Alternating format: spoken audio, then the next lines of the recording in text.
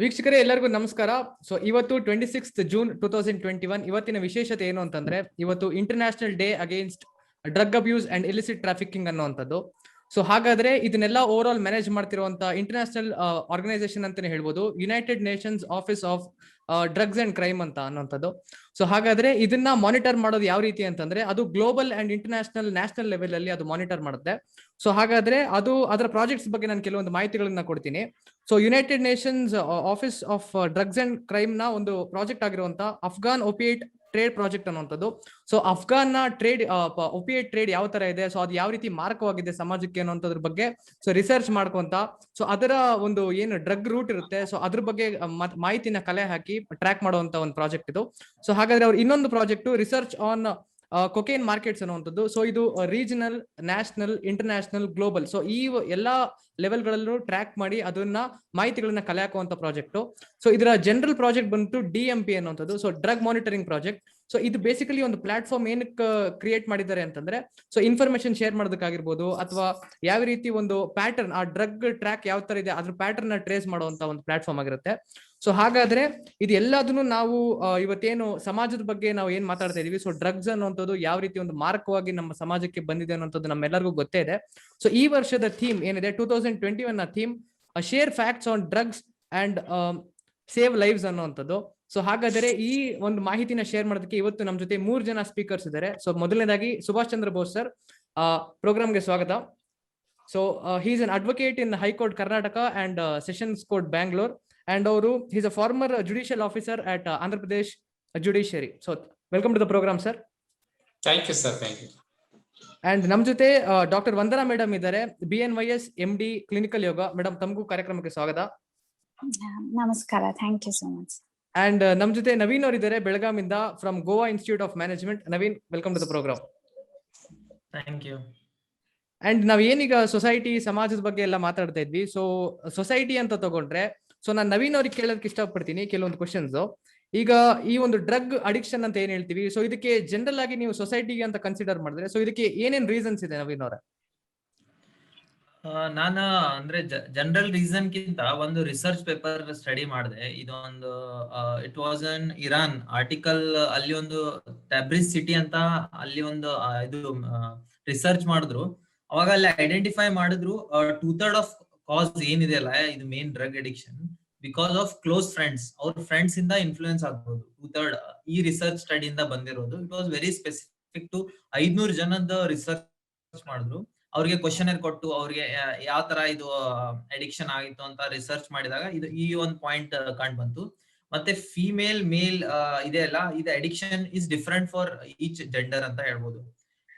ಮೂರ್ important reasons for mail addiction ಏನಂತ ಹೇಳ್ತೀನಿ.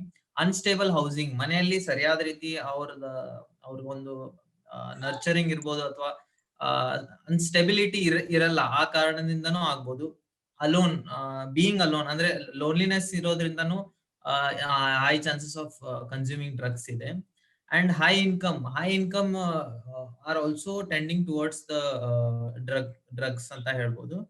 And females ಅಲ್ಲಿ main 3 reason are like 2 reasons I would give is having no child for emotional support. ಅವ್ರಿಗೆ emotional support ಗೆ ಇನ್ನೊಂದು child ಇರ್ಲಾರ್ದ ಕಾರಣನೂ ಇರ್ಬೋದು, ಅಥವಾ ಸೆಕ್ಸ್ ವರ್ಕ್ ಅನ್ನೋದು ಇದೆ ಈಗಿನ ಒಂದು ಕಾಲದಲ್ಲಿ ಅದೊಂದು ಬಿಸ್ನೆಸ್ ಆಗಿದೆಲ್ಲ, ಅದು that is also leading to drugs ಅಂತ ಹೇಳ್ಬೋದು. Apart from this various other reasons, generic ಆಗಿ ನೀವು ಡಿಪ್ರೆಷನ್ ಹೋಗ್ಬೋದಲ್ಲ. ಈಗ ಯಾರಿಗೂ ಎಂಪ್ಲಾಯ್ಮೆಂಟ್ ಆಗ್ಲಿಲ್ಲ, ಜಾಬ್ ಸಿಗ್ಲಿಲ್ಲ, ಆ ರೀಸನ್ ಇಂದ ಅವರು ಡಿಪ್ರೆಷನ್ ಹೋಗಿ that is leading to drug. ಅಂದ್ರೆ ಇದೊಂಥರ ಚೈನ್ ಆಗಿ ಫಾರ್ಮೇಶನ್ ಆಗ್ತಾ ಇದೆ. ಒಂದ್ ರೀಸನ್ ಇಂದ ಇನ್ನೊಂದ್ರಿಂದ ಇನ್ನೊಂದಕ್ಕೆ. ಅದೇ ಸಕ್ಸೆಸಿವ್ ಫೇಲ್ಯೂರ್ಸ್ ಅಂತಾರಲ್ಲ, ಇವಾಗ ನೀವೇನೋ ಟ್ರೈ ಮಾಡ್ತೀರಿ ಆಗಲ್ಲ, ಇನ್ನೊಂದು ಟ್ರೈ ಮಾಡ್ತೀರಿ ಆಗಲ್ಲ. ಆ ಸಕ್ಸೆಸಿವ್ ಫೇಲ್ಯೂರ್ಸ್ ಇಂದ it is leading to drug consumption ಅಂತಾನು ಈ ರಿಸರ್ಚ್ ಪೇಪರ್ ಅಲ್ಲಿ ಕಂಡು ಬಂದಿದೆ. ಮತ್ತೆ ಲ್ಯಾಕ್ ಆಫ್ ಎಂಟರ್ಟೈನ್ಮೆಂಟ್ ಟೂಲ್ಸ್, ಕೆಲವೊಬ್ಬರಿಗೆ ಎಂಟರ್ಟೈನ್ಮೆಂಟ್ ಹೆಂಗೆ ತಗೋಬೇಕು, ಎಷ್ಟ್ ರೀತಿಯಿಂದ ತಗೋಬೇಕು, ಯಾವ ಲಿಮಿಟ್ ಅಲ್ಲಿ ತಗೋಬೇಕು ಅನ್ನೋದು ಗೊತ್ತಾಗ್ಲಾರ್ದಕ್ಕೆ ಈ ತರ ಒಂದು ಸೈಡ್ ಬ್ಯಾಡ್ ಹ್ಯಾಬಿಟ್ಸ್ಗೆ ಅಳವಡಿಸ್ಕೊಳ್ತಾರೆ. ಮತ್ತೆ ಪೇರೆಂಟಲ್ ಡಿವೋರ್ಸಸ್ ಆರ್ ರೈಸಿಂಗ್ ಅಲ್ಲ.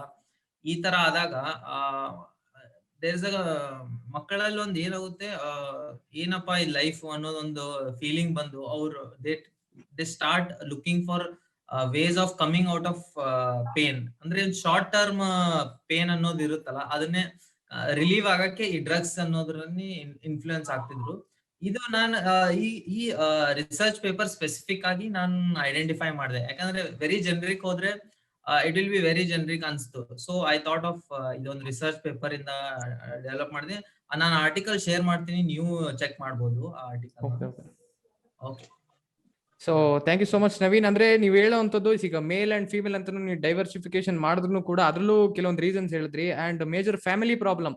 ಸೊ ಈಗ ಎಷ್ಟು ನಾವು ನೋಡ್ತಾ ಇರ್ತೀವಿ, ಸೊ ಫ್ಯಾಮಿಲಿಲಿ ಡಿಸ್ಟರ್ಬೆನ್ಸ್ ಇರೋದ್ರಿಂದಾನೇ ಮೆಜಾರಿಟಿ ಆಫ್ ದೆಮ್ ಅವನು ಡಿಪ್ರೆಷನ್ ಒಳಗಾಗಿ, ಸೊ ಜಾಬ್ ರಿಲೇಟೆಡ್ ಹೇಳಿದ್ರಿ, ಸೊ ಅದರಿಂದ ಡ್ರಗ್ಸ್ ಇದಕ್ಕೆ ಒಳಗಾಗ್ತಾರೆ ಅನ್ನೋಂಥದ್ದು. ಸೊ ಹಾಗಾದ್ರೆ ಇದನ್ನ ಟ್ಯಾಕಲ್ ಮಾಡೋದು ಯಾವ ರೀತಿ ನವೀನ್ ಅವರೇ? ಸೊ ಟ್ಯಾಕ್ಲಿಂಗ್ ಅಂತ ಒಂದು ಆಸ್ಪೆಕ್ಟ್ ಬಂದ್ರೆ, ಸೊ ನಾವು ಸೊಸೈಟಿಯನ್ನು ತಗೊಂಡಾಗ ಯಾವ ರೀತಿ ಟ್ಯಾಕಲ್ ಮಾಡ್ಬೋದು? ಆಸ್ ಅ ಸೊಸೈಟಿ ನಾವು ಡ್ರಗ್ ಬಗ್ಗೆ ಹೇಳ್ಬೇಕಂದ್ರೆ, first of all participating in college awareness programmes. International ಅಲ್ಲಿ ತುಂಬಾ ಇದೆ. USA ದಲ್ಲಿ ನಾವು ನೋಡ್ಬೋದು, ಲೈಕ್ ನಾರ್ತ್ ಕ್ಯಾರೋಲಿನಾ ವಿಲಿಂಗ್ಟನ್ ಯೂನಿವರ್ಸಿಟಿಯಲ್ಲಿ they all come up and form events against this. ಅಂದ್ರೆ ಈ ತರ ಮಾಡೋದ್ರಿಂದ ನಾ ಹೇಳಿದ್ನಲ್ಲ, youths are major reason. Youths ಅಂದ್ರೆ ಅವ್ರು ಕಾಲೇಜ್ ಹೋಗ್ತಾರೆ, ನಾವು ಅಲ್ಲೇ ಸ್ಟಾರ್ಟ್ ಮಾಡ್ಬೇಕು. ಎಲ್ಲಿ ಪ್ರಾಬ್ಲಮ್ ಇದೆಯಲ್ಲ ನಾವು ಅಲ್ಲಿಂದ ಅಟ್ಯಾಕ್ ಮಾಡಿದ್ರೆ ಸೊಲ್ಯೂಷನ್ಸ್ ಬೇಗ ತರ್ಬೋದು ಅಂತ ಹೇಳ್ಬೋದು. ಮತ್ತೆ September is internationally followed as drug awareness month ಅಂತ. ಇವಾಗ ನಾವು ಪ್ರೈಡ್ ಮಂತ್ ಅಂತ ಪ್ರೆಸೆಂಟ್ಲಿ ವಿ ಆರ್ ಸೆಲೆಬ್ರೇಟಿಂಗ್. ಈ ತರ ಇಂಡಿಯಾದಲ್ಲಿ ಅಷ್ಟೊಂದಿಲ್ಲ ಇದು ಅವೇರ್ನೆಸ್ ಮಂತ್ ಅಂತ. We have to start. ಅಂದ್ರೆ ಈ ಒಂದು ಟ್ರೆಂಡ್ ಇದೆ ಅಂದ್ರೆ ಅದನ್ನ ಮಾಡ್ಬೇಕು ಅನ್ನೋದು ಅಲ್ಲ, ಆ ಟ್ರೆಂಡ್ ಇಂದ ಹೆಲ್ಪ್ ಆಗುತ್ತೆ ಅಂದ್ರೆ we should follow the trend and join hands ಅಂತ ಹೇಳ್ಬೋದು. ಇದೆಲ್ಲಕ್ಕಿಂತ ಮುಂಚೆ we should educate our self first ಅಂತ ನಾನು ಹೇಳೋದು.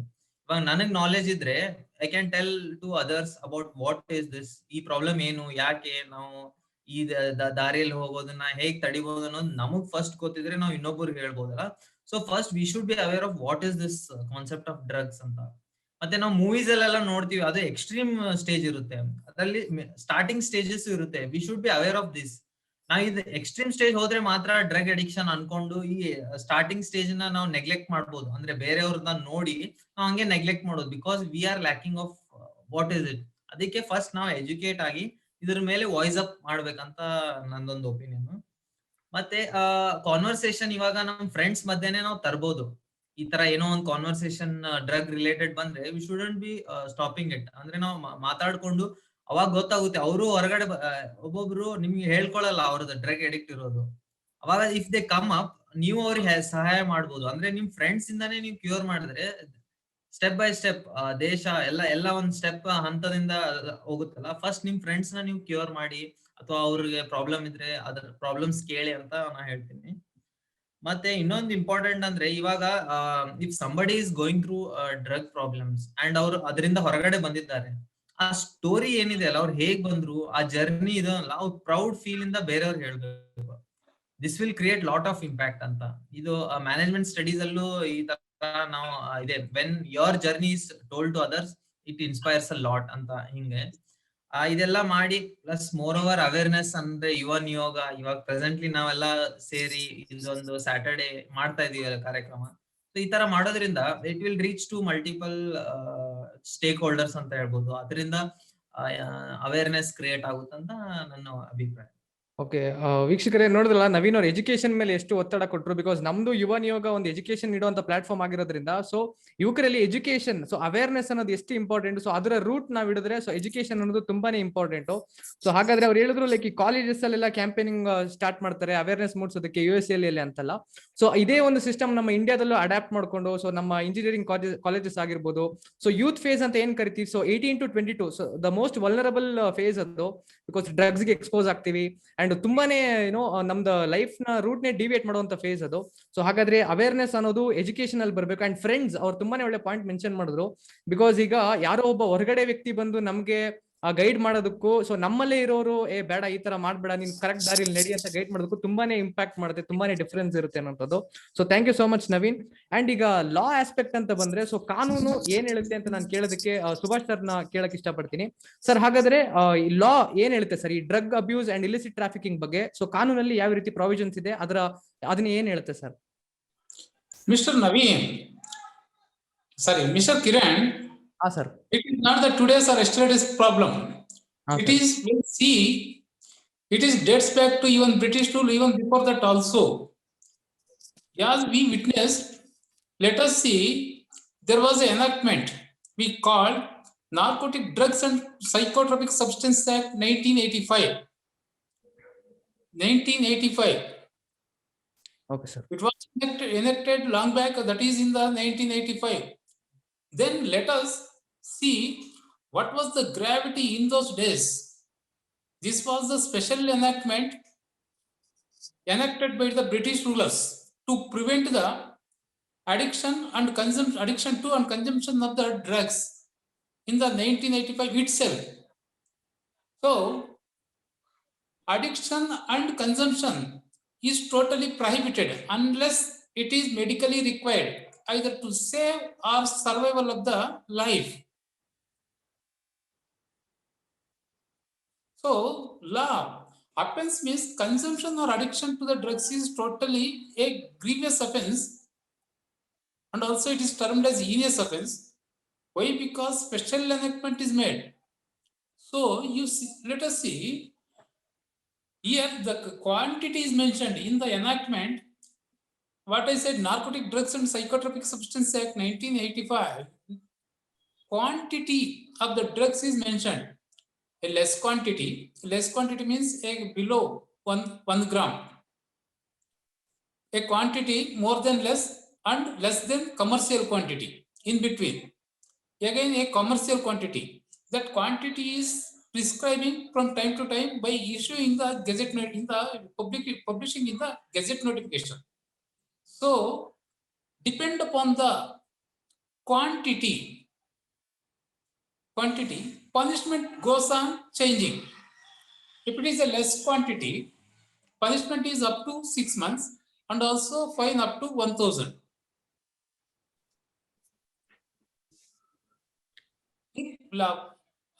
Quantity is more than less quantity and less than commercial quantity, it is up to 5 years and also fine up to 10,000. When come to the commercial quantity, this quantity is also depend upon the substance. Opium, ganja, heroin, cocaine, depend upon these items, quantity is made difference. So if it is commercial quantity, offense is up to 20 years. Punishment is up to 20 years.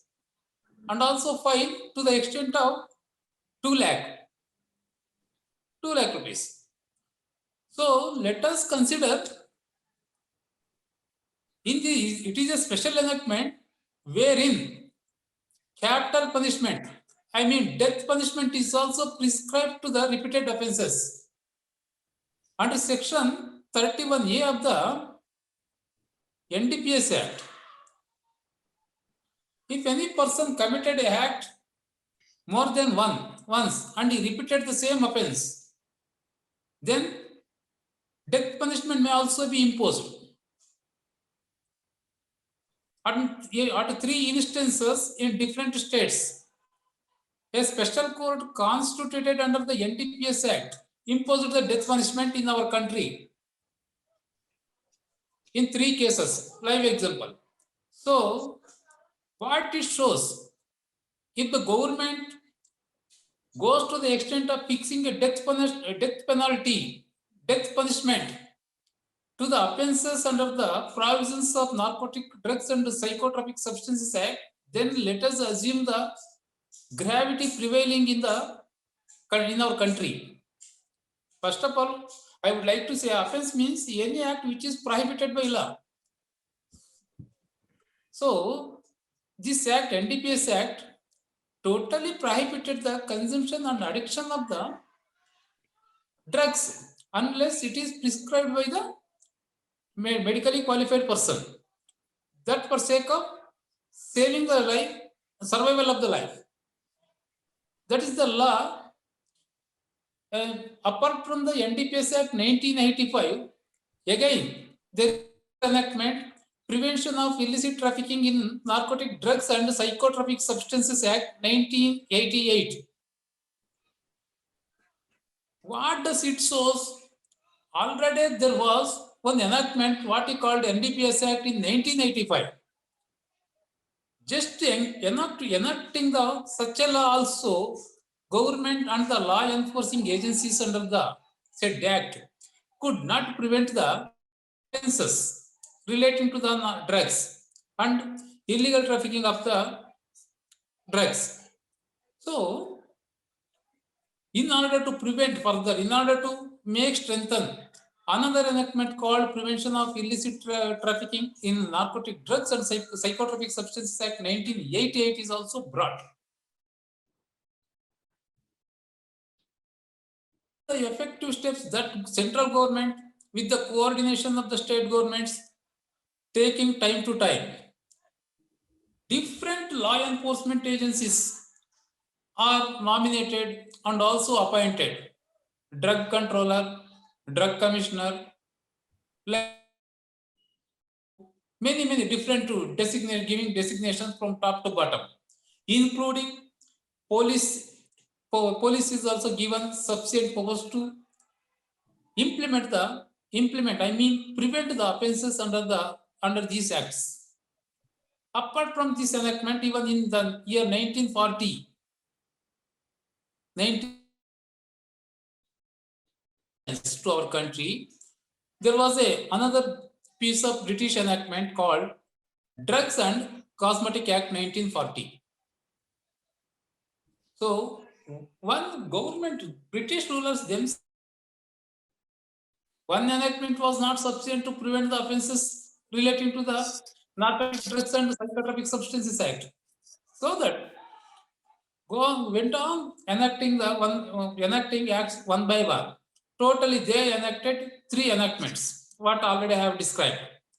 Still, all these 3 acts are in force. Time to with amendments, even after independence also, we brought many amendments to that act in order to prevent the changing nature of the offences that relate into the narcotic drugs, Mr. Kiran. Section, one more point, Kiran. Okay, sir. Section 15 to 31A, all these sections prescribes the different modes of punishments depending upon the nature, depending upon the quantity that used. This is the law, Kiran. Law, yeah. Thank you so much sir. ಅಂದ್ರೆ ವೀಕ್ಷಕರೇ ನೋಡಿದ್ರಲ್ಲ, punishments ಅಂತ ಬಂದ್ರೆ so extreme ಹೋದ್ರೆ like 20 years ದಾಟಿ punishment ಸಿಗ್ಬೋದು. And repeated punishments ಗೆ death ಕೂಡ ಒಂದು ಪನಿಷ್ಮೆಂಟ್ ಆಗಿದೆ. ಸೊ ರಿಪೀಟೆಡ್ ಅಫೆಂಡರ್ಸ್ ಗೆ so death punishment, death penalty ಕೂಡ ಇದೆ. ಅಂಡ್ ಸರ್ ಹೇಳ್ದಾಗೆ ಡ್ರಗ್ಸ್ ಅನ್ನೋಂಥದ್ದು ಒಂದು ಜೀವನ ಉಳಿಸೋವಂಥದ್ದು, ಟು ಸೇವ್ ಲೈವ್ಸ್ ಆಗಿರ್ಬೇಕಷ್ಟೇ. ಸೊ ಇದು ಇನ್ನೊಬ್ಬರನ್ನ ಕೊಲ್ಲೋ ಅಂತ ಒಂದು ಪದಾರ್ಥ ಆಗಿರ್ಬೋದು ಅನ್ನೋಂಥದ್ದು. ಸೊ ಈಗ ನಾವು ಡ್ರಗ್ಸ್ ಬಂದ್ರು ಸೊ 2 ತರ ಇರುತ್ತೆ. ಒಂದು ನಾವೇನಂತೀವಿ ಫಾರ್ಮಸ್ಯೂಟಿಕಲ್ ಡ್ರಗ್ಸ್ ಅಂತೀವಿ, ಇನ್ನೊಂದು what we call as bad drugs ಅನ್ನೋಂಥದ್ದು. ಸೊ ಫಾರ್ಮಸ್ಯೂಟಿಕಲ್ ಡ್ರಗ್ಸ್ ಬಂದ್ಬಿಟ್ಟು ಅದೇ ಈಗ ಒಂದು ಜೀವನ ಉಳಿಸುವಂಥದ್ದು. ಸೊ ಅದು ನಮ್ಮ ಬಾಡಿ ಒಳಗಡೆ ಮೆಕ್ಯಾನಿಸಮ್ ನ ಇಂಪ್ರೂವ್ ಮಾಡುವಂತ ಒಂದು ಸಿಸ್ಟಮ್ ಆಗಿರುತ್ತೆ. ಸೊ ಹಾಗಾದ್ರೆ ಈಗ ನಾವು ಮೆಡಿಕಲ್ ಅಂತ ಬಂದ್ರೆ ಅಲೋಪತಿಲಿ ಕೆಲವೊಂದು ಸೊಲ್ಯೂಷನ್ಸ್ ಇರುತ್ತೆ ರಿಗಾರ್ಡಿಂಗ್ ಈ ಡಿ ಅಡಿಕ್ಷನ್ ಗೋಸ್ಕರ. ಅಂಡ್ ಹೋಮಿಯೋಪತಿಗೆ ಬಂದ್ರೆ ಅದರಲ್ಲೇ ಕೆಲವೊಂದು ಡಿ ಅಡಿಕ್ಷನ್ ಪ್ರೊಸೆಸ್ ಇರುತ್ತೆ. ಸೊ ಈ ಯೋಗ ಅಂತ ಬಂದಾಗ ನಾನು ಡಾಕ್ಟರ್ ವಂದನಾ ಮೇಡಮ್ ಅವ್ರಿಗೆ ಕೇಳಕ್ ಇಷ್ಟಪಡ್ತೀನಿ. ಸೊ ಯೋಗದಲ್ಲಿ ಯಾವ ರೀತಿ ಒಂದು ಪ್ರಾವಿಷನ್ ಇದೆ ಮೇಡಮ್, ಅಂದ್ರೆ ಈ ಒಂದು ಡಿ ಅಡಿಕ್ಷನ್ ಗೋಸ್ಕರ? ಮೇನ್ ಆಗಿ ಡಿ ಅಡಿಕ್ಷನ್ ಗೆ ಯೋಗ ಇದೆ, but they should not stop the medications and do yoga. Main ಆಗಿ ಮೆಡಿಕೇಶನ್ಸ್ ತಗೋಬೇಕು, ಯೋಗಾನು ಮಾಡ್ಬೇಕು. ಸಡನ್ ಆಗಿ ಯೋಗ ಮೆಡಿಕೇಶನ್ಸ್ ಬಿಟ್ರೆ ಅದು ಅಡ್ವರ್ಸ್ ಎಫೆಕ್ಟ್ ಆಗುತ್ತೆ ಬಾಡಿ ಮೇಲೆ. ಸೊ ನೀವು ಯೋಗ ಮಾಡ್ತಾ ಅಂಡ್ ಟ್ರೀಟ್ಮೆಂಟ್ ಏನ್ ಮೆಡಿಕೇಶನ್ಸ್ ಇರುತ್ತೋ ಅದನ್ನ ಫಾಲೋ ಮಾಡಿದ್ರೆ ಮೇನ್ ಆಗಿ ವಿಡ್ರಾಲ್ ಸಿಂಪ್ಟಮ್ಸ್ ಇರುತ್ತೆ. ಈಗ ಡ್ರಗ್ಸ್ ತಗೊಳ್ಳೋ ಇವ್ರಲ್ಲಿ ಸಡನ್ ಆಗಿ ಅವರಿಗೆ ಡ್ರಗ್ಸ್ ತಗೋಬೇಡಿ ಅಂದಾಗ ಶಿವರಿಂಗ್ ಸ್ಟಾರ್ಟ್ ಆಗ್ಬೋದು, ಡಿಪ್ರೆಷನ್ ಹೋಗ್ಬೋದು, ಆಂಗ್ಸೈಟಿ ಬರ್ಬೋದು, ಸೈಕಾಲಜಿಕಲ್ ಇಶ್ಯೂಸ್ ಇರ್ಬೋದು ಅಂಡ್ ಫಿಸಿಕಲ್ ಇಶ್ಯೂಸ್ ಇರ್ಬೋದು. ತುಂಬಾನೇ ಅಡ್ವರ್ಸ್ ಎಫೆಕ್ಟ್ ಕೊಡುತ್ತೆ ಬಾಡಿಗೆ. ಸೊ ಅದಕ್ಕೆ ಏನ್ ಮಾಡ್ಬೇಕಂದ್ರೆ ಫಸ್ಟ್ ಅವ್ರದ್ದು ಮೆಂಟಲ್ ಸ್ಟೆಬಿಲಿಟಿನ ಮೈಂಟೈನ್ ಮಾಡ್ಬೇಕು. ಅಂಡ್ ಅವ್ರ ಮನ್ಸಲ್ಲಿ ಇರ್ಬೇಕದು ಐ ಶುಡ್ ಕ್ವಿಟ್ ಅಂತ. ಅದನ್ನ ಅವರಲ್ಲಿ ಪಾಸಿಟಿವಿಟಿನ ತುಂಬಬೇಕಾಗತ್ತೆ. ಒಂದ್ ಪರ್ಸನ್ಗೆ ನಾವು ಕೌನ್ಸಿಲಿಂಗ್ ಕೊಡುವಾಗ ಅವರಿಗೆ ಪಾಸಿಟಿವಿಟಿ ತುಂಬಬೇಕು. ಫಸ್ಟ್ ನಾನ್ ಬಿಡ್ಬೇಕು ಅನ್ನೋದು ಮನ್ಸಲ್ಲಿ ಬಂದ್ರೆ so all the treatments what ever we give yoga everything will help. When they will be in negative this thing, whatever we give, body won't accept it. So first positivity na tumbekagate. So which yoga helps in better way. And main agi avaru physically, mentally, psychologically fully low agirtare. So what yoga does is it improves their physical, mental and emotional stability also. ಈಗ ಅವ್ರಿಗೆ daily drugs ತಗೊಂಡು muscles ಎಲ್ಲ weak ಆಗಿರುತ್ತೆ. Because adverse effect, side effects ಏನಿರುತ್ತೋ muscles ಮೇಲೆ effect ಆಗಿರುತ್ತೆ. So asanas ಎಲ್ಲ ಮಾಡೋದ್ರಿಂದ ಅವರಿಗೆ ಕಾನ್ಸಂಟ್ರೇಷನ್ ಇಂಪ್ರೂವ್ ಆಗ್ಬೋದು, ಮಸಿಲ್ ಸ್ಟ್ರೆಂತ್ ಇಂಪ್ರೂವ್ ಆಗುತ್ತೆ, ಮಸಿಲ್ ಫ್ಲೆಕ್ಸಿಬಿಲಿಟಿ ಇಂಪ್ರೂವ್ ಆಗುತ್ತೆ. ಅಂಡ್ ನಾವೀಗ ಎಮೋಷನಲಿ ತಗೊಂಡಾಗ ಸ್ಟ್ರೆಸ್ ಇದ್ದಾಗ ಅವರು ಈ ಡ್ರಗ್ಸ್ ತಗೊಳ್ಳೋದು ಅದಕ್ಕೆ ಹೋಗ್ತಾರೆ. ಸೊ ಸ್ಟ್ರೆಸ್ ರಿಲೀಫ್ ಮಾಡೋದಕ್ಕೆ ನಾವು ಮೇನ್ ಆಗಿ ಪ್ರಾಣಾಯಾಮಸ್ ಕೊಡ್ಬೋದು, ಅವರಿಗೆ ಮೆಡಿಟೇಷನ್ಸ್ ಹೇಳಿ ಕೊಡ್ಬೋದು. ಆಮೇಲೆ ಇವಾಗ ರಿಸರ್ಚ್ ತುಂಬಾನೇ ನಡೆದಿದೆ ಇದು ಡಿ ಅಡಿಕ್ಷನ್ ಹೇಗೆ ಯೋಗ ಹೆಲ್ಪ್ ಆಗುತ್ತೆ ಅಂತ. ಒಂದು ಪೇಪರ್ ಅಲ್ಲಿ ಏನ್ ಹೇಳಿದ್ದಾರೆ ಅಂದ್ರೆ ಈಗ ಮೆಡಿಕೇಶನ್ಸ್ ಅಂಡ್ ಯೋಗ ತುಂಬಾನೇ ಹೆಲ್ಪ್ ಮಾಡುತ್ತೆ. ಅವ್ರದ್ದು ವಿಡ್ರಾಲ್ ಸಿಂಪ್ಟಮ್ಸ್ ಏನ್ ಬರುತ್ತಲ್ಲ, ಶಿವರಿಂಗ್, ಆಂಗ್ಸೈಟಿ, ಡಿಪ್ರೆಷನ್ ಅವೆಲ್ಲ ತುಂಬಾನೇ ರೆಡ್ಯೂಸ್ ಮಾಡುತ್ತೆ. It is not that today you do yoga, ನಾಳೆ ಸ್ಮೋಕಿಂಗ್ ಕ್ವಿಟ್ ಮಾಡ್ತಾರೆ ಅಥವಾ ಡ್ರಗ್ಸ್ ಕ್ವಿಟ್ ಮಾಡ್ತಾರೆ. It is not like that. It takes months. Even ನೀವು ಕ್ವಿಟ್ ಮಾಡ್ಬೇಕು ಅಂದ್ರೂ ಕೂಡ ಈಗ ಡ್ರಗ್ ಅಬ್ಯೂಸ್ ಕ್ವಿಟ್ ಮಾಡ್ಬೇಕಂದ್ರೆ 1 week 2 weeks ಅಲ್ಲೆಲ್ಲ ಆಗೋದಕ್ಕೆ ಚಾನ್ಸೇ ಇಲ್ಲ. So they take some 6 months 1 year. At least ಈ ಯೋಗ ಮತ್ತೆ ಮೆಡಿಕೇಶನ್ಸ್ ತಗೊಳ್ತಾ ಹೋದಾಗ ಅವ್ರ ಬಾಡಿ ಮೇಲೆ ತುಂಬಾನೇ ಚೆನ್ನಾಗಿ ಇಂಪ್ಯಾಕ್ಟ್ ಆಗತ್ತೆ. ಅವ್ರದ್ದು ಎಮೋಷನಲ್ ಸ್ಟೆಬಿಲಿಟಿ ಆಗಿರ್ಬೋದು, ಆಮೇಲೆ ಮೆಂಟಲಿ ಡಿಸ್ಟರ್ಬ್ ಆಗಿರ್ತಾರೆ, ಸೊ ಅವರು ರಾಂಗ್ ರೂಟ್ ನ ಇಟ್ಕೊಂಡಿರ್ತಾರೆ. So yoga calms their mind. ಆಮೇಲೆ ಯೋಗ ಎಂಕರೇಜಸ್ ಸ್ಪಿರಿಚುಯಾಲಿಟಿನ ತುಂಬುತ್ತೆ ಅವ್ರ ಮನ್ಸಲ್ಲಿ. ಈಗ ನೆಗೆಟಿವಿಟಿ ತೆಗಿಬೇಕಂದ್ರೆ of course they should come to spiritual thing. So spirituality encourage ಮಾಡುತ್ತೆ. ಆಮೇಲೆ ಸೆಲ್ಫ್ ಡಿಸಿಪ್ಲಿನ್ ನ ಪ್ರಮೋಟ್ ಮಾಡುತ್ತೆ ಯೋಗ ಮಾಡೋದ್ರಿಂದ. ಆಮೇಲೆ ಅವ್ರದ್ದೇನ್ ಸ್ಕಿಲ್ ಇರುತ್ತಲ್ಲ ಅದೆಲ್ಲ ಹೊರಗಡೆ ತೆಗಿಯುತ್ತೆ ಯೋಗ ಮಾಡೋದ್ರಿಂದ. ಒಂದು ಇಂಡಿವಿಜುವಲ್ ನ ಪೀಸ್ ಆಫ್ ಮೈಂಡ್ ಸಿಗುತ್ತೆ ಯೋಗ ಮಾಡೋದ್ರಿಂದ. ಈ ಪ್ರಾಣಾಯಾಮಾಸ್, ಆಸನಾಸ್, ಆಮೇಲೆ ಕ್ರಿಯಾಸ್ ಕೂಡ ಹೆಲ್ಪ್ ಆಗುತ್ತೆ. ಕ್ರಿಯಾಸ್ ಅಂದ್ರೆ ಕ್ಲೆನ್ಸಿಂಗ್ ಟೆಕ್ನಿಕ್ ಇರುತ್ತೆ. ಸೊ ಈಗ ಡ್ರಗ್ಸ್ ತಗೋತಾ ಇದ್ರೆ ಅಫ್ಕೋರ್ಸ್ ಇಂಟಾಕ್ಸಿಕೇಶನ್ ಆಗಿರುತ್ತೆ ಬಾಡಿಯಲ್ಲಿ. ಸೊ ಆ ಟಾಕ್ಸಿನ್ ನ ಎಲಿಮಿನೇಟ್ ಮಾಡೋದಕ್ಕೆ ಕ್ರಿಯಾಸ್ ಕೂಡ ಹೆಲ್ಪ್ ಆಗುತ್ತೆ. So we call yoga combine ಮಾಡಿ ನಾವು ಮೆಡಿಕೇಶನ್ಸ್ ಜೊತೆ ಕೊಟ್ಟಾಗ ತುಂಬಾನೇ ಡಿ ಅಡಿಕ್ಷನ್ಗೆ ಹೆಲ್ಪ್ ಆಗುತ್ತೆ. And even one more thing, acupuncture ಅಂತ ಇದೆ ಇನ್ನೊಂದು ಟ್ರೀಟ್ಮೆಂಟ್, ಅದು ತುಂಬಾ ಹೆಲ್ಪ್ ಆಗುತ್ತೆ. ಸೊ ಕಂಬೈನ್ ಮಾಡಿ ತಗೊಂಡ್ರೆ ತುಂಬಾನೇ ಹೆಲ್ಪ್ಫುಲ್ ಆಗಿರುತ್ತೆ. Yes, thank you so much ma'am. ವೀಕ್ಷಕರೇ ನೋಡಿದ್ರಲ್ಲ, ಲೈಕ್ ಯೋಗ ಅನ್ನುವಂಥದ್ದು ಎಷ್ಟು ಮಹತ್ವ ಹೊಂದಿದೆ, especially drug de addiction process ಅಲ್ಲಿ ಆಗಿರ್ಬೋದು. ಅಂಡ್ ಎಷ್ಟು ಅಂದ್ರೆ ಸ್ಪಿರಿಚುಯಾಲಿಟಿ ಕಡೆ ಬಂದ್ರೇನು ಯೋಗ ತುಂಬಾನೇ ಹೆಲ್ಪ್ ಮಾಡುತ್ತೆ. ಬಿಕಾಸ್ ಪೀಸ್ ಆಫ್ ಮೈಂಡ್ ಇರಬೇಕು ಅಂತ ಮೇಡಮ್ ಹೇಳಿದ್ರು. ಅಂಡ್ ಪಾಸಿಟಿವ್ನೆಸ್ ಅನ್ನೋಂಥದ್ದು ಎಷ್ಟು ಇಂಪಾರ್ಟೆಂಟ್. ಬಿಕಾಸ್ ಈ ಯೂತ್ ಫೇಸ್ ಅಂತ ಬಂದ್ರೆ ಸ್ಟ್ರೆಸ್ ಆಗಿರ್ಬೋದು. ನವೀನ್ ಅವ್ರು ಕೂಡ ಹೇಳಿದ್ರು ಲೈಕ್ ಯಾವ ರೀತಿ ಒಂದು ಫ್ಯಾಮಿಲಿ ಟೆನ್ಷನ್ಸ್ ಇಂದ ಇದೆಲ್ಲ ಒಂದು ರೀಸನ್ ಆಗಿರುತ್ತೆ ಒಂದು ಅಡಿಕ್ಷನ್ಗೋಸ್ಕರ ಅಂತ. ಸೊ ಈಗ ಸೊಸೈಟಿಲಿ ನಾವೇನ್ ನೋಡ್ತೀವಿ, so majority of the people ಏನಂತಂದ್ರೆ ಕಾಲೇಜ್ ಡ್ರಾಪ್ ಔಟ್ಸ್ ಇರ್ತಾರೆ. ಸೊ ಎಜುಕೇಶನ್ ಕಂಪ್ಲೀಟ್ ಮಾಡಕ್ ಆಗದಿರೋರನ್ನೇ ನಾವು ಟಾರ್ಗೆಟ್ ಮಾಡ್ಕೊಂಡು ನೋಡಿದ್ರೆ, ಸೊ ಅಂತವರು ಬೇಗನೆ ಇನ್ಫ್ಲುಯೆನ್ಸ್ ಆಗ್ತಾರೆ ಇಂತ ನೆಗೆಟಿವ್ ಎನರ್ಜೀಸ್ಗೆ ಅಂತಾನೆ ಹೇಳ್ಬೋದು. ಸೊ ಹಾಗಾಗಿ ನಾನು ನವೀನ್ ಅವ್ರಿಗೆ ಕೇಳೋಕೆ ಇಷ್ಟಪಡ್ತೀನಿ. ಸೊ ಇದಕ್ಕೆ ರೀಸನ್ಸ್ ಏನೇನು ನವೀನ್, ಅಂಡ್ ಇದನ್ನ ಕಂಟ್ರೋಲ್ ಮಾಡುವಂತ ಮೆಜರ್ಸ್ ಏನೇನು? ಈಗ ಕಾಲೇಜ್ ಸ್ಟೂಡೆಂಟ್ಸ್ ನಾವು ಈಗ 2ನೇ ಡಿಗ್ರಿ ಮಾಡ್ತಿದೀವಿ ಅಂದ್ರೆ ಐ ಹ್ಯಾವ್ ಸೀನ್ ಸ್ಟೂಡೆಂಟ್ಸ್ ಏನಾಗ್ತಿದೆ ಅಂದ್ರೆ ಒಂದು ಅಬ್ಸರ್ವೇಷನ್ ಅನ್ನೋ ಕಾನ್ಸೆಪ್ಟ್ ನನ್ನಲ್ಲಿ ಇತ್ತು. ಅಬ್ಸರ್ವ್ ಮಾಡ್ತಿದ್ದೆ ಸ್ಟೂಡೆಂಟ್ಸ್ ಯಾವ ತರ ಬಿಹೇವ್ ಮಾಡ್ತಿದ್ರು. ಕಾಲೇಜ್ ಅಂದ್ರೆ ಇವಾಗ ಫಾರ್ ಎಕ್ಸಾಂಪಲ್ ನಂದೊಂದು ಕಾಲೇಜ್ ಇದೆ. ನಾಳೆ ಕಿರಣ್ ಅವ್ರು ನೀವು ಬಂದ್ ಅಡ್ಮಿಷನ್ ಮಾಡಿದ್ರೆ ನಂದು ಜವಾಬ್ದಾರಿ ನಿಮ್ಮನ್ನ ನೋಡ್ಕೊಳ್ಳೋದು. ಇವಾಗ ನಾನ್ ಕಾಲೇಜ್ ಬಿಟ್ಟು ಹೋಗ್ತಿದ್ದೀನಿ ಅಂದ್ರೆ ಆಯ್ತಪ್ಪ ಇನ್ ಫೀಸ್ ಕಟ್ಟಲ್ಲ, ನಮ್ಗ್ ಸಂಬಂಧ ಇಲ್ಲ, ಆ ತರ ರಿಲೇಶನ್ಶಿಪ್ ಇರಬಾರ್ದು. When is dropping out, reasons ಏನು, ಯಾಕೆ ಡ್ರಾಪ್ ಔಟ್ ಆಗ್ತಿದ್ದಾರೆ, ಏನ್ ಸೊಲ್ಯೂಷನ್ ಅನ್ನೋದು we have to give as a college. It is responsibility. Counselling ಮಾಡ್ಬೇಕು ಸ್ಟೂಡೆಂಟ್ಸ್ ಗೆ, ನೆಕ್ಸ್ಟ್ ಏನ್ ಫ್ಯೂಚರ್ ಇದೆ. ಒಬ್ನು ಇಂಜಿನಿಯರಿಂಗ್ ಜಾಯ್ನ್ ಆಗ್ತಾನೆ, ಅವ್ನಿಗೆ ಇಂಜಿನಿಯರಿಂಗ್ ಮಾಡಕ್ ಆಗ್ತಿರಲ್ಲ, like is not able to give his best. ಅಂತ ಸಿಚುವೇಶನ್ ಅಲ್ಲಿ ಅವ್ನಿಗೆ ಏನ್ ಬೇರೆ ಅಲ್ಟರ್ನೇಟಿವ್ ಆಪ್ಷನ್ಸ್ ಇದೆ, ಯಾವ ತರ ಅವ್ನ್ ಮುಂದೆ ಹೋದ್ರೆ heal be a good citizen ಅನ್ನೋದು ಇಂಪಾರ್ಟೆಂಟ್ ಅಲ್ಲ. ಇದರಲ್ಲಿ ಕಾಲೇಜ್ ಪಾತ್ರನೂ ಇದೆ ಅಂತ ನನ್ನ ಪರ್ಸನಲ್ ಒಪಿನಿಯನ್. ಅಂಡ್ ತಂದೆ ತಾಯಿಯರದು ಒಂದು ಫ್ಯಾಮಿಲಿದು it plays a major role ಅಂತ ಹೇಳ್ಬೋದು. Like when a student is dropping out means he's having a problem, so the parents should be good enough, like seek their children, like ಏನ್ ಆಗ್ತಿದೆಯಪ್ಪ ನಿಂಗ್ problem ಏನ್ ಮಾಡ್ತೀಯ ನೆಕ್ಸ್ಟ್ ಅಂದ್ರೆ. If somebody is dropping out ಅಂದ್ರೆ ಅವ್ನು ಏನು ಮಾಡಕ್ ಆಗಲ್ಲ ಜೀವನದಲ್ಲಿ ಅಂತಲ್ಲ, ಎಲ್ರು ಕಲ್ತವ್ರು ಮಾತ್ರ ಒಂದು ಉನ್ನತ ಸ್ಥಾನಕ್ಕೆ ಹೋಗ್ತಾರ ಅಂತಲ್ಲ. ಸೊ ಈ ಒಂದು ಸ್ಟೇಜ್ ಇರುತ್ತಲ್ಲ, ನೇಸೆಂಟ್ ಸ್ಟೇಜ್ ಅನ್ಬೋದು, ಆ ಸ್ಟೇಜ್ ಅಲ್ಲಿ ನಾವು ಕರೆಕ್ಟ್ ಆಗಿ ಅವ್ರಿಗೆ ಒಂದು ಗೈಡೆನ್ಸ್ ಕೊಟ್ರೆ ಅವ್ರು ಡ್ರಗ್ಸ್ ಅನ್ನೋ ಈ ಒಂದು ಡೈರೆಕ್ಷನ್ ಅಲ್ಲಿ ಹೋಗಲ್ಲ. ಸೊ ಡೆಫಿನೆಟ್ಲಿ ಆ ಸ್ಟೇಜ್ ಅಲ್ಲಿ ಕಾಲೇಜ್ ಇರ್ಬೋದು ಅಥವಾ ಪೇರೆಂಟ್ಸ್ ಇರ್ಬೋದು, ಫ್ಯಾಮಿಲಿ ಫ್ರೆಂಡ್ಸ್ ಎಲ್ಲರದು ಒಂದು ಪಾತ್ರ ಇದೆ ಅಂತ ನನ್ನ ಅಭಿಪ್ರಾಯ. ಮತ್ತೆ ಇನ್ನೊಂದು ಕೌನ್ಸಿಲಿಂಗ್ ಅಂತ ಹೇಳಿದ್ನಲ್ಲ, ಇಟ್ಸ್ ಕರಿಯರ್ ಕೌನ್ಸಿಲಿಂಗ್ ಇಂಪಾರ್ಟೆನ್ಸ್ ಬಹಳ ಇದೆ ಇಲ್ಲಿ. Like life counselling is a separate entity. ನಾನು ಇಲ್ಲಿ ಕರಿಯರ್ ಕೌನ್ಸಿಲಿಂಗ್ ಬಗ್ಗೆ ಸ್ವಲ್ಪ ಹೇಳ್ಬೇಕಂತ ಅನ್ಕೊಂಡಿದೀನಿ.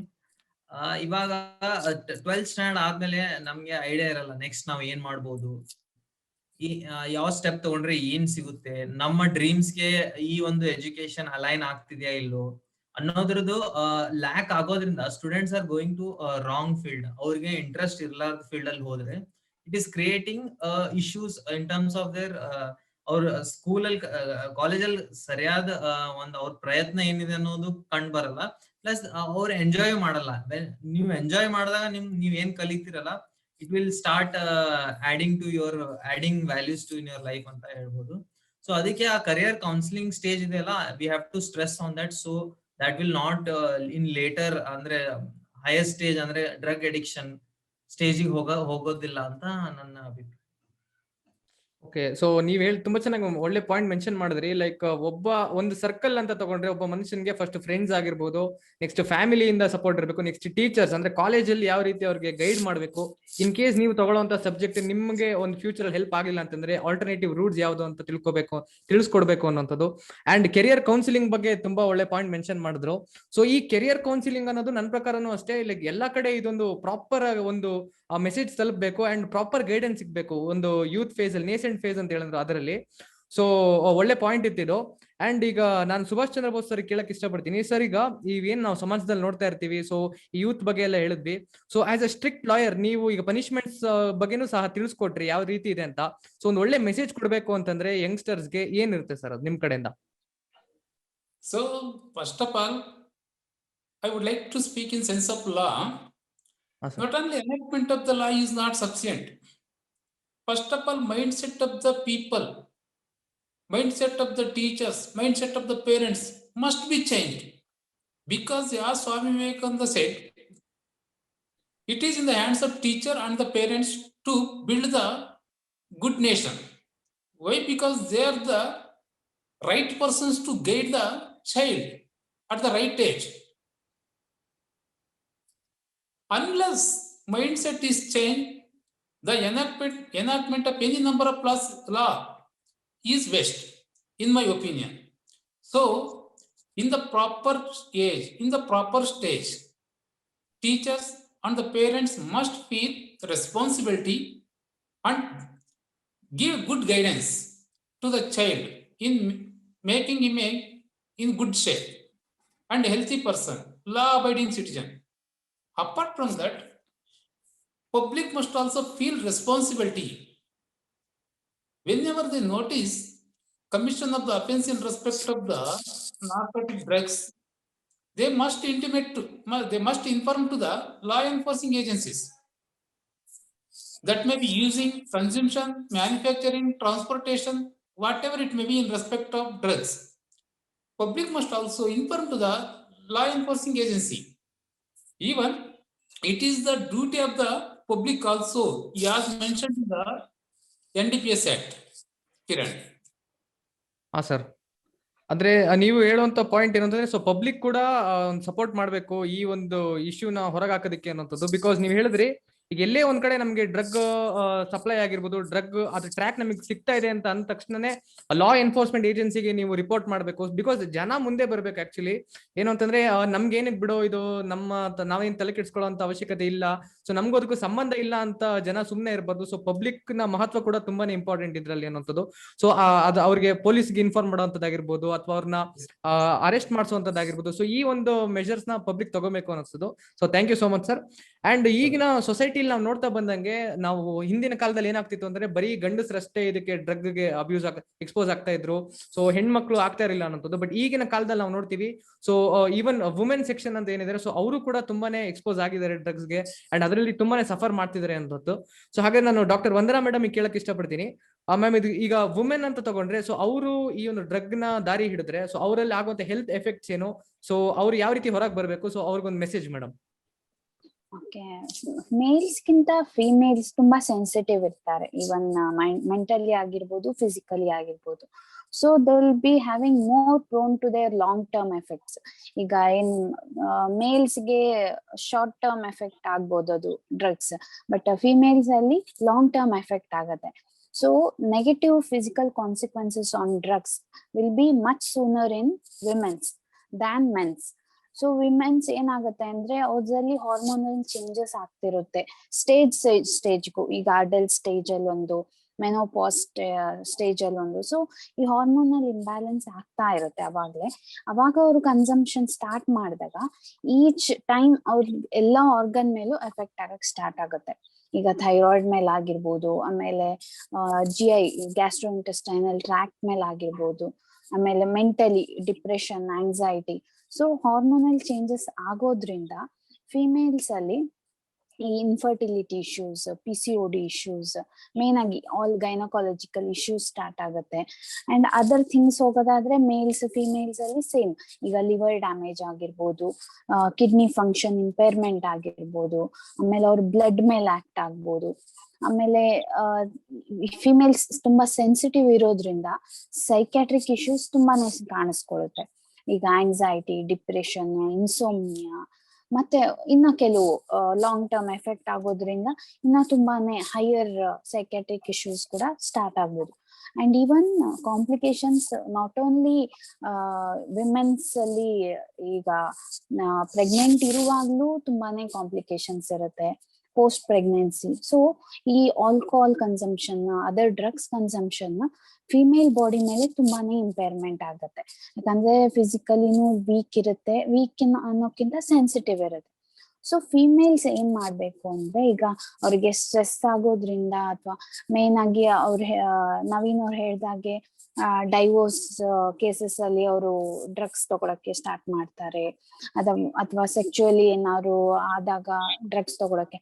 ಸೊ ಫಿಮೇಲ್ಸ್ ಏನಾಗ್ಬೇಕು ಅಂದ್ರೆ ಮೆಂಟಲಿ ಸ್ಟ್ರಾಂಗ್ ಆಗ್ಬೇಕು.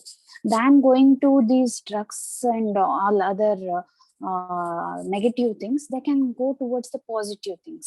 When they are stressed, or whenever they are not able to face the problem, they can choose some other things like yoga, exercises. ಇದು ಫಿಸಿಕಲಿನೂ ಅವರಿಗೆ ತುಂಬಾನೇ ಹೆಲ್ಪ್ ಆಗುತ್ತೆ, ಅಂಡ್ ಮೆಂಟಲಿ ಸ್ಟ್ರೆಸ್ ಕೂಡ reduce ಮಾಡುತ್ತೆ.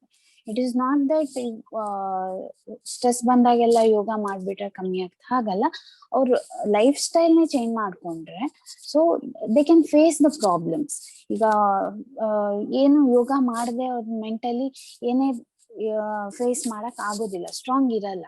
So if you start yoga, exercises and other natural ಏನೇನ್ things ಇದೆ, from the starting itself you can face any problem, any issues. And always go for counseling. ಯಾರತ್ರನಾದ್ರೂ talks ಆಗಿರ್ಬೋದು, ಅಥವಾ psychiatrist ಹತ್ರ ಹೋಗಿ ನಿಮ್ದು problems ಹೇಳ್ಕೋಬಹುದು.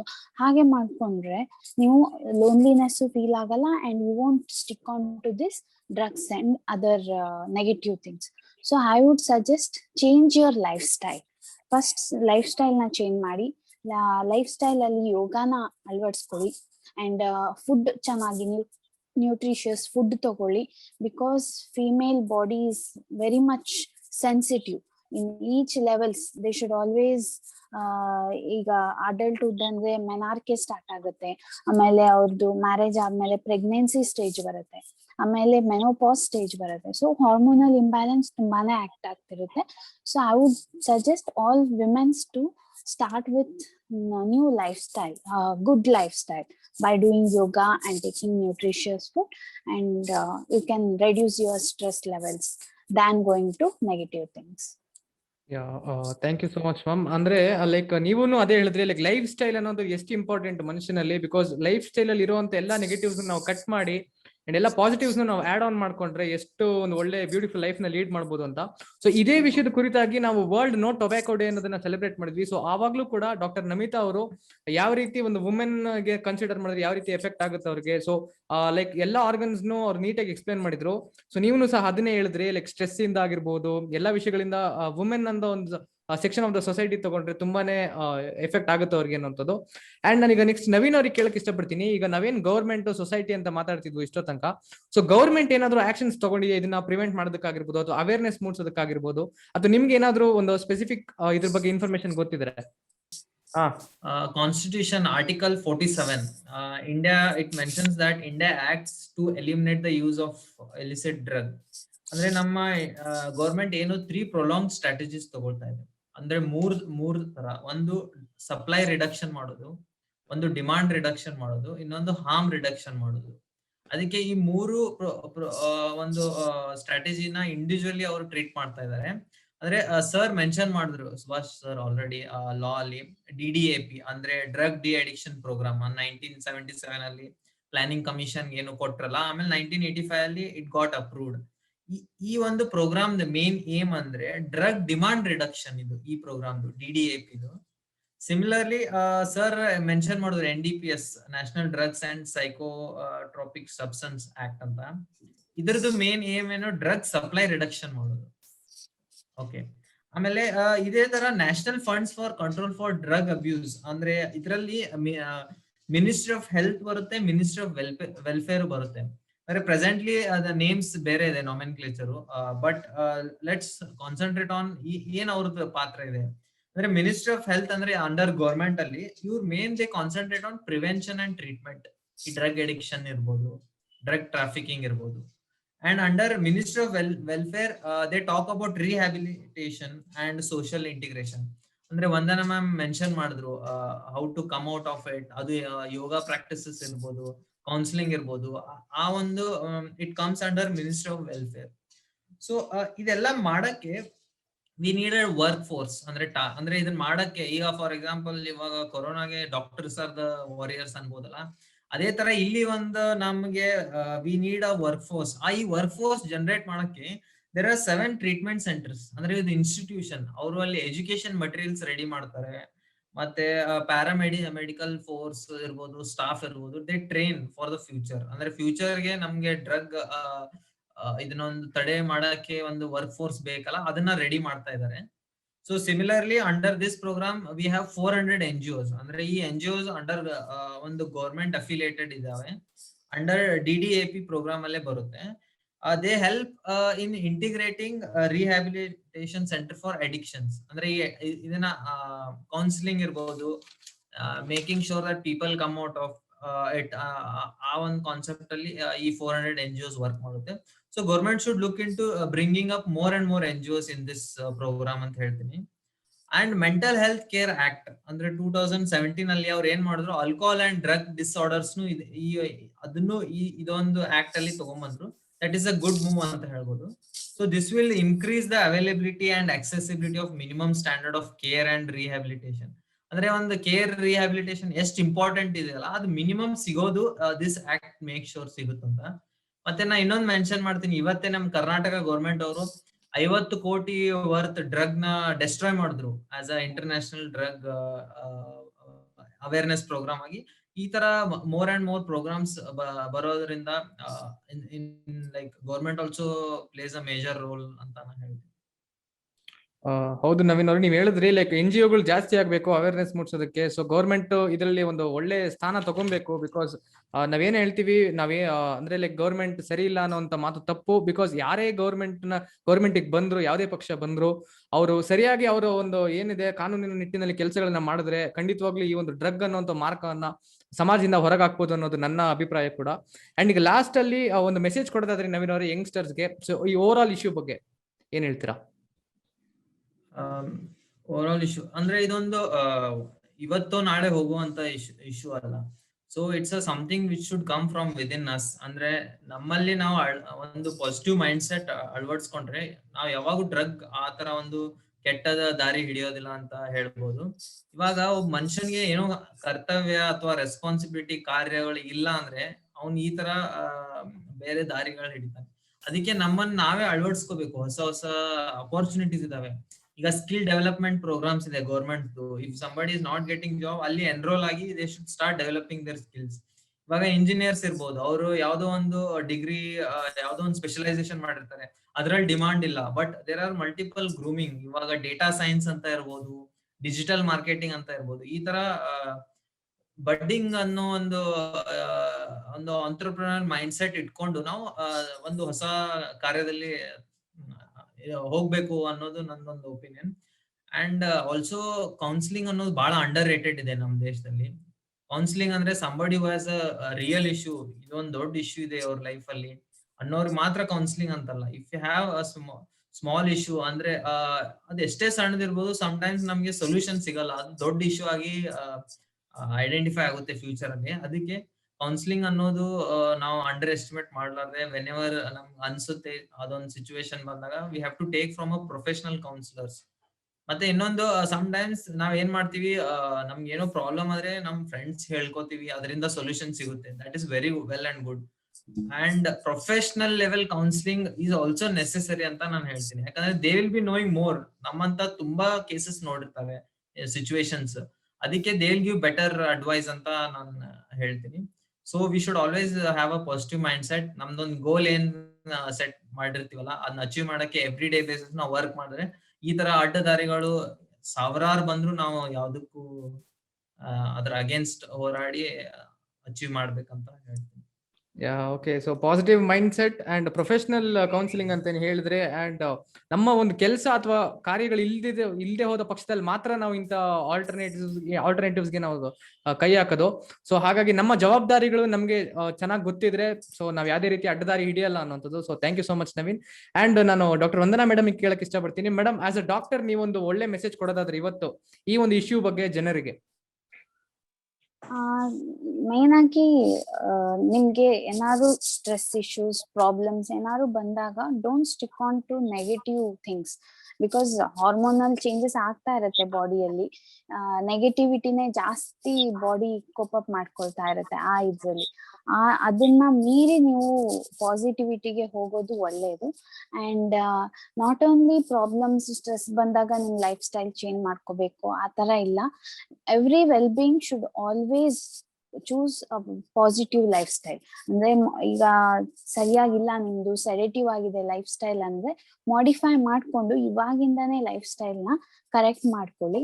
And every day keep 1 hour for yoga or exercise, whatever you like.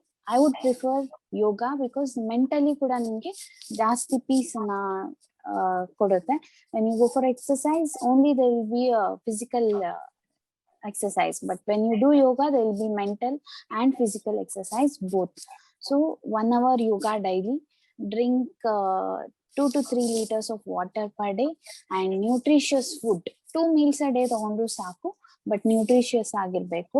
And prayer half an hour daily. And fasting once in a week.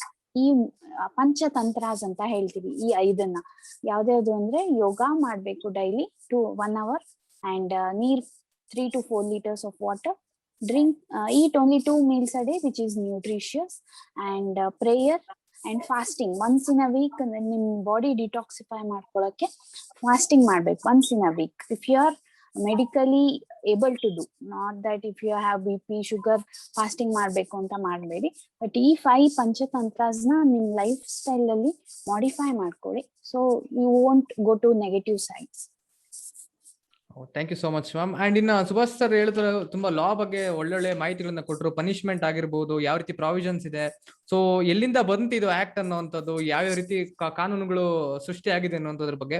So ಹಾಗಾದ್ರೆ sir, ಕೊನೆಯದಾಗಿ ವೀಕ್ಷಕರಿಗೆ ಇವತ್ತಿನ ಇಶ್ಯೂ ಬಗ್ಗೆ ಆಸ್ ಅ ಲಾಯರ್ ನೀವೇನಾದ್ರೂ message ಕೊಡೋದಿದ್ರೆ? Mr. Kiran, to be a good citizen of India, good law-abiding citizen of India, I would like every person in our society should be law-abiding. When law-abiding, there will be no any chance to do like these crimes. Consuming or addicting to the narcotic drugs is a crime. So one should think in good way, do good deeds, and be with the good people, and also swear in the name of Almighty not to do any act which is prohibited by law. It is enough from preventing himself from doing any wrong act. Yes sir. ವೀಕ್ಷಕರೇ ನೋಡಿದ್ರಲ್ಲ, ಅಂದ್ರೆ ಇವತ್ತಿನ episode ಅಲ್ಲಿ ಅಂದ್ರೆ ಎಲ್ಲರೂ ಒಂದೊಂದು ಸೊಸೈಟಿಯಿಂದ aspect ಆಗಿ ನವೀನ್ ಅವರು, and medicine and yoga aspect ಆಗಿ ಡಾಕ್ಟರ್ ವಂದನಾ ಮೇಡಮ್ ಅವರು, ಅಂಡ್ ಲಾ ಆಸ್ಪೆಕ್ಟ್ ಆಗಿ ಡಾಕ್ಟರ್ ಸುಭಾಷ್ ಸರ್ ಹೇಳಿದ್ರು. ಸೊ ಅಂಡ್ ನನ್ನ ಪ್ರಕಾರ ಈ ಒಂದು ವಿಡಿಯೋ ಅಥವಾ ಈ ಒಂದು ಏನೀಗ ಕ್ಲಿಪ್ಪಿಂಗ್ ಹಾಕ್ತಿವಿ ಇದನ್ನ, ಸೊ ತುಂಬಾನೇ ಇನ್ಫಾರ್ಮೇಟಿವ್ ಆಗಿರುತ್ತೆ, ಯಂಗ್ಸ್ಟರ್ಸ್ ಒಳ್ಳೆ ಮೆಸೇಜ್ ತಲುಪುತ್ತೆ ಅನ್ನೋದು ನನ್ನ ಭಾವನೆ. ಸೊ ಹಾಗಾದ್ರೆ ಪ್ರೋಗ್ರಾಮ್ಗೆ ಬಂದಂತ ಎಲ್ಲಾ ವೀಕ್ಷಕರಿಗೂ ಅಂಡ್ ಎಲ್ಲಾ ಸ್ಪೀಕರ್ಸ್ಗೂ ಥ್ಯಾಂಕ್ ಯು ಸೋ ಮಚ್ ಅಂತ ಹೇಳೋದಕ್ಕೆ ಇಷ್ಟಪಡ್ತೀನಿ. ಸೊ ಇದೇ ರೀತಿ ಒಂದು ಒಳ್ಳೆ ಮೆಸೇಜ್ ನ ಸ್ಪ್ರೆಡ್ ಮಾಡೋಣ, ಒಂದು ಒಳ್ಳೆ ಸಮಾಜನ ಸೃಷ್ಟಿ ಮಾಡೋಣ ಅನ್ನೋದು ನನ್ನ ಭಾವನೆ. So thank you so much sir. Thank you so much ma'am. Thank you, Kiran. Thank you Naveen.